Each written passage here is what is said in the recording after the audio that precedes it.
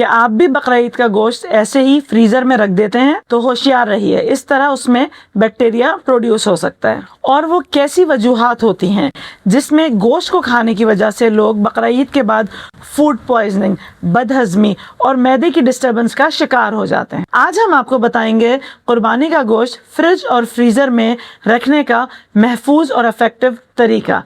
तो चलिए, मैं हूं आपकी होस्ट अमरीना। वेलकम करती हूं आपको रिज मीडिया हेल्थ में। इस वीडियो में मैं आपको बताऊंगी गोश्त को महफूज करने का सही तरीका, जिससे कि आपका रखा हुआ गोश्त खराब ना हो। कुर्बानी का गोश्त कटने के बाद ताज़ा ताज़ा गरम गरम फ्रिज में नहीं रखना चाहिए, क्योंकि उससे उसमें नमी पैदा हो जाती है। उस नमी की वजह से फ्रिज के अंदर उसके अंदर बैक्टीरिया प्रोड्यूस हो जाता है। तो कुर्बानी के बाद सबसे पहला स्टेप आपके लिए जो होना चाहिए वो गोश्त को पहले ठंडा करने का होना चाहिए। ठंडा करने से मतलब है कि उसको रूम टेम्परेचर पे लाया जाए।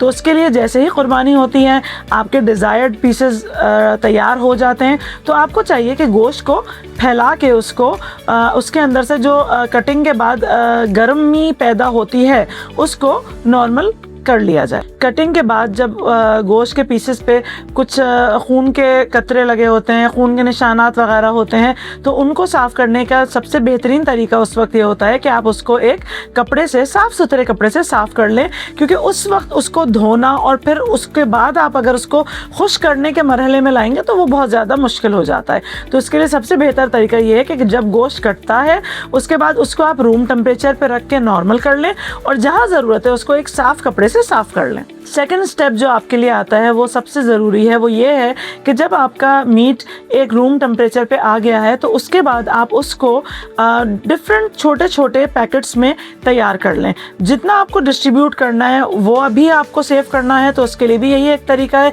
कि आप साफ़ सुथरे बैग्स लेके, एयर टाइट बैग्स होते हैं, उसके अंदर उन पैकेट्स में गोश्त को रख के उसको प्रिजर्व कर लें, उसको सेव कर लें। लेकिन वो पैकेट्स बहुत बड़े नहीं होने चाहिए, नॉर्मल साइजेस के होने चाहिए, ताकि वो आप अपनी रिक्वायरमेंट के हिसाब से निकाल के यूज़ कर लें। मैं बार बार आपको यही कहूँगी कि जब भी आप मीट को सेव कर रहे हैं, गोश्त को फ्रीज कर रहे हैं, तो उसके लिए सबसे ज़रूरी है एयर टाइट पैकेजिंग। जी हाँ, उसके लिए आपको एयर टाइट बैग्स का इस्तेमाल करना है, ताकि उसके अंदर हवा भी ना जा सके और ना ही पानी जा सके, जिससे कि गोश्त के ख़राब होने के चांसेस ज़्यादा होते हैं। बकरा ईद के दिनों में आपको पता है कि गोश्त अपने अजीज़ व अकारब में हम तकसीम भी करते हैं, तो जितना गोश्त हमारे यहाँ आ रहा होता है उतना जा भी रहा होता है।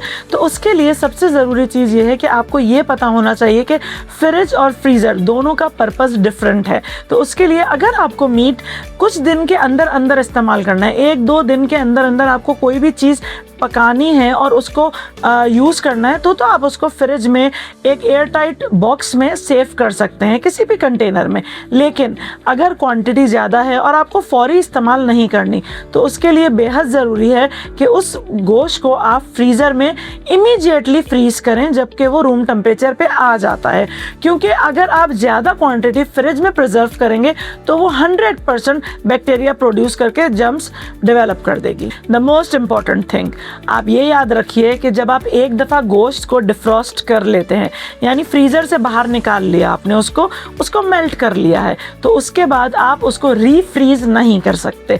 ऐसा करने से इसके अंदर इस तरह के जर्म्स प्रोड्यूस होते हैं जो फूड पॉइजनिंग कर सकते हैं।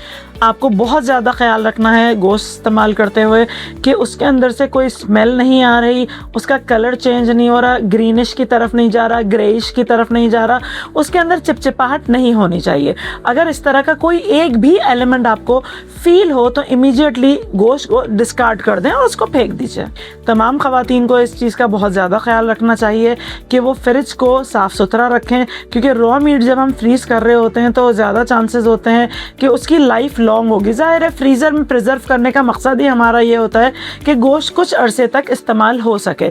तो आप इस चीज़ का ख़ास ख्याल रखें कि फ्रीज़र के तमाम पोर्शंस और रैक्स और शेल्फ जो हैं वो साफ़ सुथरे होने चाहिए, ताकि गोश्त की लाइफ जो है सेव होने की वो थोड़ी लंबी हो। कुर्बानी का गोश्त अल्लाह की एक ख़ास नेमत है, लेकिन अगर इसी नेमत की कदर ना की जाए और इसको अच्छे तरीके से महफूज ना किया जाए तो ये नुकसान का सबब बन सकता है।